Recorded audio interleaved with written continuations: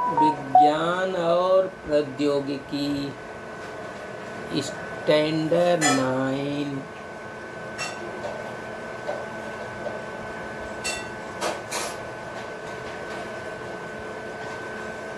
प्रकाश का परावर्तन। कथन।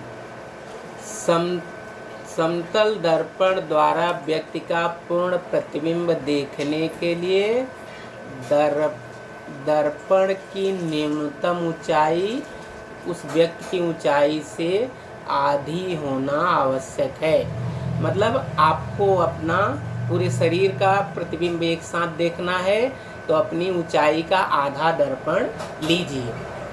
तो यहाँ ध्यान दीजिए डायग्राम पे, यहाँ इसका प्रूफ देना है कि कैसे। तो समझे ये कोई एक व्यक्ति खड़ा है यहाँ से यहाँ तक, ये इसका हेड है, सिर, और ये जो है इसका पैर है, और ये जो है आँख है।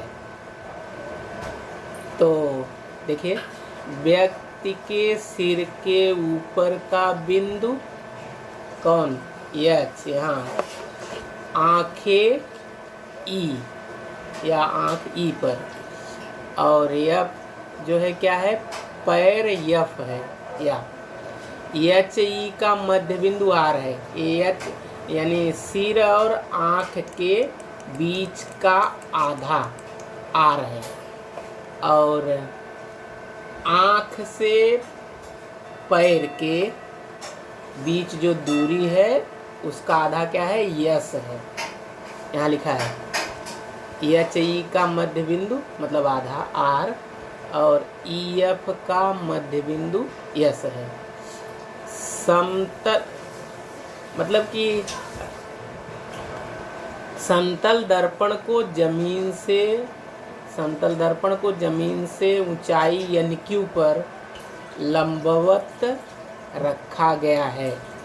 ये जमीन तो यहाँ है, ये यानी कि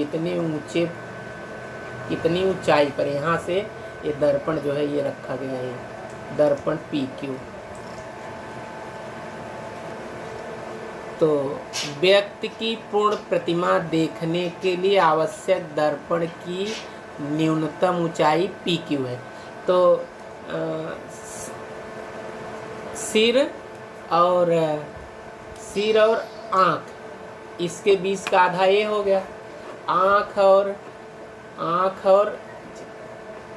दिख नहीं रहा, आँख और पैर इसका आधा ये है। तो आँख और पैर का आधा ये, और आँख और सिर का आधा ये, तो ये पूरे बॉडी का ये आधा हो गया। कौन, आर से यस तक, आर से यस तक। तो यही इतने ऊंचाई का या दर्पण ले लिया पी क्यू। तो इसके लिए आर पी और एस क्यू को दर्पण के लंबवत होना आवश्यक है। ये आर पी लंब है दर्पण पर, और ये एस क्यू भी लंब है। तो ये देख रहे हैं, ये तो एक चतुर्भुज हो गया, ये एक चतुर्भुज हो गया। और जब ये 90 अंश है, ये 90 अंश है, तो ये आयत हो गया। ये क्या हो गया, आयत। और आयत के आमने सामने की भुजाएं समान माप की होती हैं, यानी जितना आर एस उतना पी क्यू। वही है, इसके लिए आर पी और एस क्यू को दर्पण के लंबवत होना आवश्यक है। दर्पण की न्यूनतम ऊंचाई पी क्यू, ये पी क्यू किसके बराबर है, आर एस की। क्यों, क्योंकि ये आयत है और आयत की सम्मुख भुजाएं समान माप की होती हैं। अब आर एस देखिए, आर एस कहाँ से कहाँ तक है, ये आर एस 2 भागों में बटा है। आर एस 2 भागों में बटा है। पहला भाग है आर ई और दूसरा भाग है ई एस। तो वही लिखा है, या आर एस बराबर आर ई धन ई एस। अब आर ई देखिए, ये एच ई था, और आर जो है आधे पर था, तो एच ई का आधा आर ई है, या ये कहिए कि आर ई एच ई का आधा है। एच ई का आधा कौन है? R E. या देखिए आर ई की जगह एच ई बटे 2। फिर ये धन जो है यहाँ धन लगा दिया।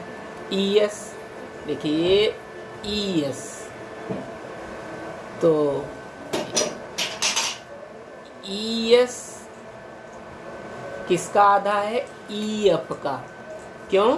क्योंकि ई एफ का मध्य बिंदु यस है,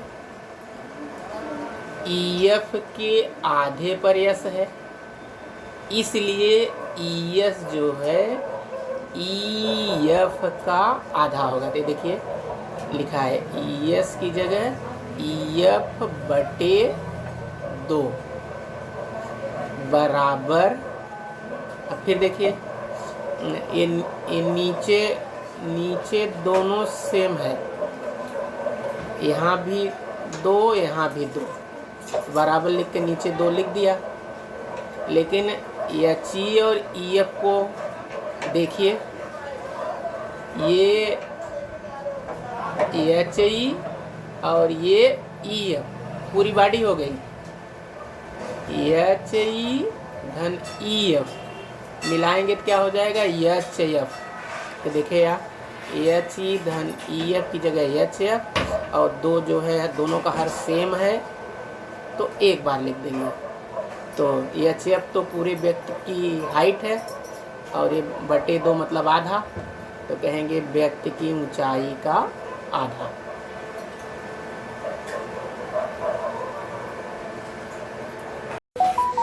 अरे ये व्यक्ति का सिर है। जब यहाँ से प्रकाश की किरण यहाँ दर्पण पर पड़ी, फिर दर्पण से इधर या परावर्तित हुई, तो ये परावर्तित किरण को पीछे बढ़ाने पर यहाँ यस तक आई, तो ये जो हेड है, सिर है, उसका प्रतिबिंब यहाँ बना।